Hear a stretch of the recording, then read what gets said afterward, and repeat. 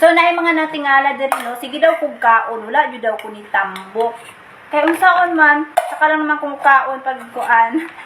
Panalansa lang naman yung ko kakaon, no? Feeling lang yun, mo sige lang yung ko kaon-kaon. Pero ang tinuod, makakaon ra yun ko. Siyempre, pag nagkaon ko, ga-video man yun ko taga-kaon, ana. Kaya maol man yun akong time. So, na ay nag-comment na rin ka na, yun, idol, walay pili sa pagkaon niyan, ang tunay na idol. Kita, Jo, dili na ta mamili, ha? Ana man yun na, kung nidako na tag-pobre or nidako tag-kalisod, siyempre di ta pilian og pagkaon. Di ta mamili, okay, kung wala na yung makaon na. Saon na lang. Ang akong sudan karon ay paksiw.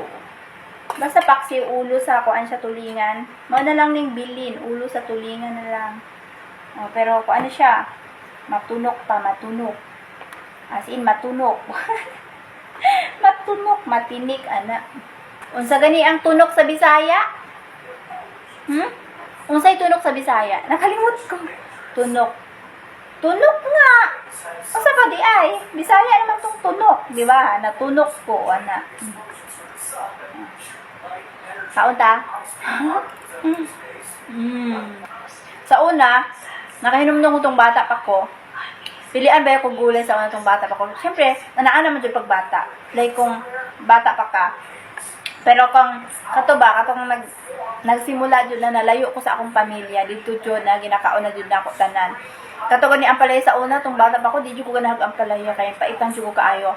Simula itong nalayo ko sa akong mama, gakaon na dyan ko ampalaya. Katong ampalaya na iitlong, ganahan kaayo ko ato. Lamit dyan siya. Pero sa una, itong bata pa ko, di dyan ko kakaon na itong ampalaya. Matunan pud ba na nimo oy, matunan nimo kaon tong mga dili nimo ganahan kaon tong bata pa kapag kuan malayo ka sa imong mama, sa imong pamilya, like maging independent na jud ka ana. Mag-isa na lang ka sa imong kinabuhi niya. Like makuan man jud mo ma-realize jud nimo kung unsa jud ka lisod ang kinabuhi na syempre lisod jud magkuan, lisod ba? I mean lisod jud mangitag sa pagkaon nimo, sa pag-budget o pagkaon. Mao na akong ginaingon na kung mag-isa na lang jud ka sa imong kinabuhi, mag-isa ka na lang sa buhay mo, mag-budget ka sa imong pagkaon, malisuran jud kag budget. Hindi para sa una na ang gahuna-huna sa imong pagkaon ang imong parents, ang imong mama, ana. Siyempre mama man jud pag diha kauban pa nimong mama. Pero pag ikaw na lang jud usa dito jud, dito dili mo ma-realize kung unsa jud ka lisod mag-budget sa pagkaon. Pagkaon pa lang imong i-budget ha, nya mga bayranon ana.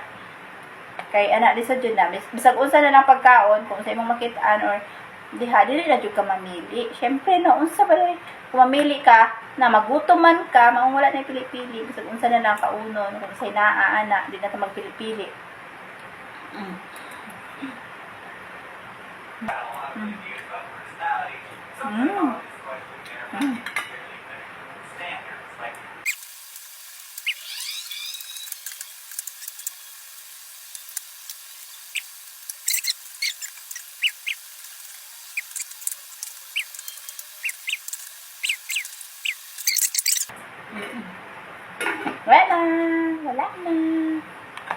Wala na isulod.